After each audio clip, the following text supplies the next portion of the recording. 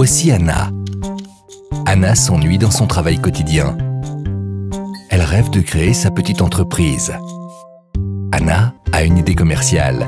Elle voudrait ouvrir une boutique de fleuriste, mais elle doit d'abord établir un plan d'affaires. A-t-elle des économies, ou un donateur, ou encore un héritage qui lui permettrait d'ouvrir son magasin? Anna peut aussi demander à sa caisse de pension un versement sur son avoir de vieillesse ou prendre un crédit. De quelles infrastructures a-t-elle besoin pour sa petite entreprise? D'un local de vente, d'une vitrine et de parking pour la clientèle? Et quel emplacement choisir? Un endroit passant, à proximité des transports en commun?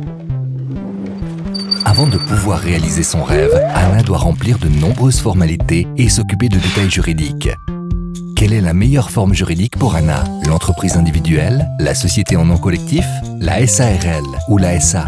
Quelle forme juridique permet-elle d'obtenir des allocations familiales ou les indemnités de la caisse de chômage? Et qu'en est-il de la responsabilité? Quelles sont les assurances nécessaires? S'installer à son compte est une étape décisive.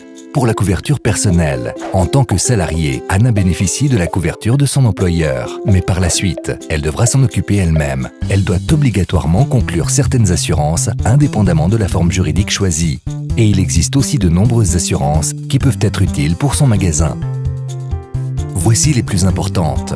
Deuxième pilier, assurance accident, AVSAI, assurance chômage. Troisième pilier. Le magasin de fleurs marche bien. Anna engage des employés. Elle doit prendre les mêmes assurances obligatoires pour ses employés et pour elle-même. D'autres assurances sont facultatives et relèvent donc d'un choix personnel. Anna verse ses cotisations du deuxième pilier, LPP, et celles de ses employés via la SARL. Si Anna décide d'assujettir son entreprise à une caisse de pension, elle bénéficiera d'une solution de prévoyance professionnelle et spécialement conçue en fonction de ses besoins. Swiss Life décharge Anna des travaux administratifs afin qu'elle puisse se concentrer pleinement sur ses affaires. Selon la forme juridique, Anna peut aussi constituer sa prévoyance vieillesse grâce au troisième pilier. Devenir indépendant est un moment décisif dans la vie. Les opportunités sont nombreuses, mais les risques aussi. Swiss Life vous épaule lors de cette transition importante. Prenez rendez-vous pour un entretien conseil personnalisé pour que vous puissiez vous occuper de vos affaires sans aucun souci.